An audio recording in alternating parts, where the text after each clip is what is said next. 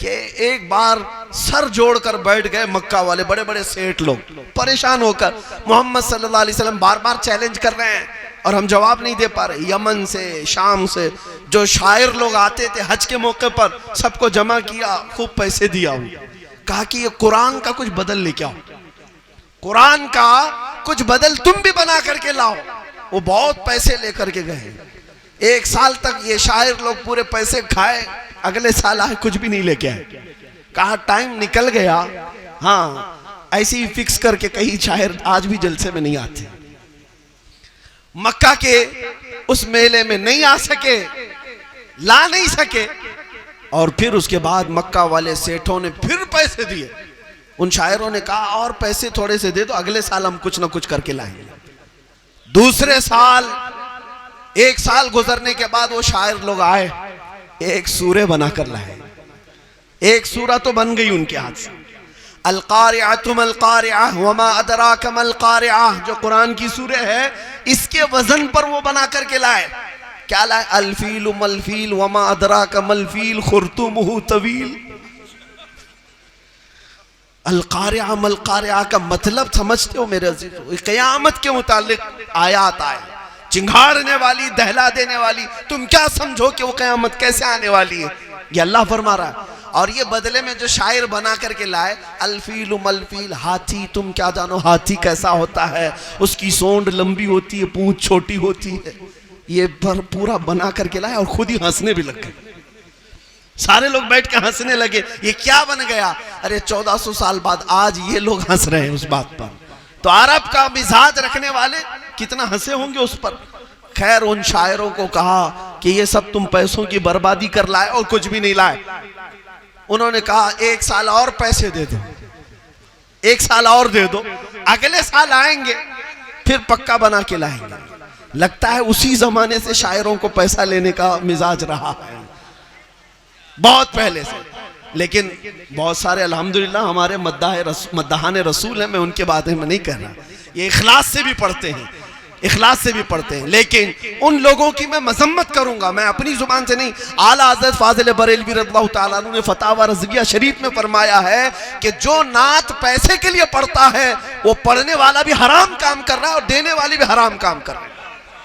ये मोहब्बत मुस्तफ़ा, ये पैसों में बेचने की चीज है। अरे कोई शायर अगर अपने पैसों से अपने आधे घंटे और 1 घंटे की कीमत लगाता है, क्या वो रात की कीमत लगा रहा है? मोहब्बत मुस्तफ़ा बेचने की चीज है।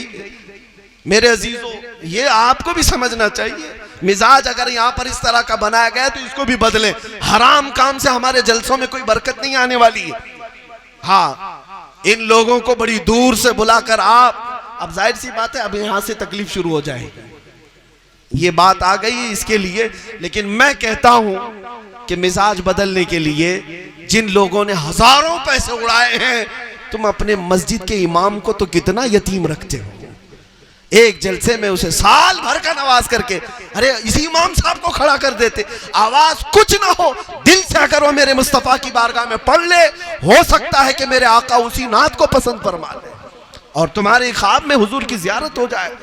मैंने पढ़ा एक खातून के मुतालिक, मस्जिद नबवी शरीफ में बहुत सारी औरतें जब सलाम के लिए जाती थीं, वो किताबें लेकर के खड़ी होती है ना, उसमें सब अलकाब के साथ सलाम लिखा हुआ, अस्सलातु वस्सलामु अलैका या खातमन नबिय्यीन या राहतल लिल आशिकीन या मुरादल मुश्ताकीन। एक देहाती बुढ़िया गई थी, पढ़ी लिखी नहीं थी, वो देखकर घबरा गई।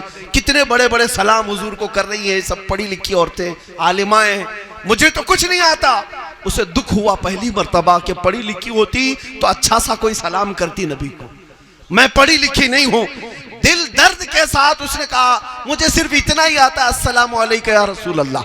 यह कह करके रोती रोती चली गई। उस खातून ने कहा, जब वो रात को गई तो ख्वाब में मेरे आका तशरीफ लाए और फरमाया, आज हजारों लोगों ने सलाम किया, मगर ए खातून तेरा सलाम मुझे सबसे अच्छा लगा।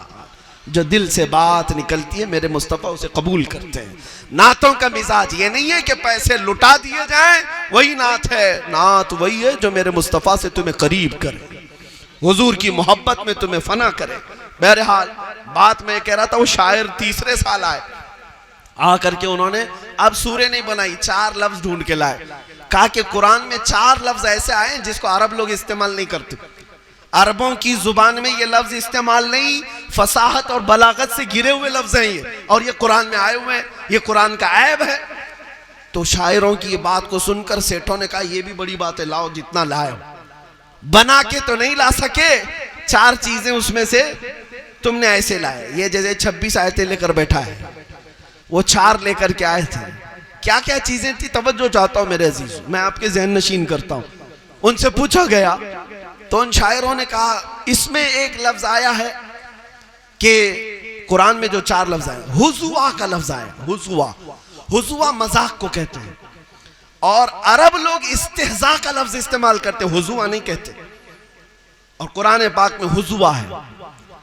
दूसरा लफ्ज है कुब्बार आया है कुरान में। अरब लोग कुब्बार नहीं कहते, कबीर कहते हैं, यानी बड़ी उम्र वाले को कबीर कहते हैं, और कुरान कुब्बार कह रहा है, इन्नहु कुब्बार।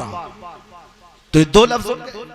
तीसरा है लशैउन, यह अलग अंदाज से इस्तेमाल हुआ है अरब में, लिशैइन होना चाहिए, लशैअन होना चाहिए, ये लशैउन है। और चौथा लफ्ज है उजाब। अरबी में अरब लोग अजीब कहते हैं, उजाब नहीं बोलते, और कुरान में उजाब आया। अजीब चीज को अजीब कहा जाता है, लेकिन कुरान में उजाब कहा गया है, लशैउन उजाब। 4 लफ्ज समझ में आ रहा है। हुजुआ मजाक को, कुब्बार बड़ी उम्र वाले को, और लशैउन उजाब, ये 4 लफ्ज वो ढूंढ करके लाए। कहा कि ये घिरे हुए लफ्ज हैं फसाहत से, बलागत से, अरब लोग इस्तेमाल नहीं करते। तो सब खुश हो गए, चलो यही लेकर के मोहम्मद के पास पहुंचते। आए हुजूर पाक सल्लल्लाहु अलैहि वसल्लम के पास, कहा आपने जो चैलेंज किया था वो हम जवाब लेकर के आए।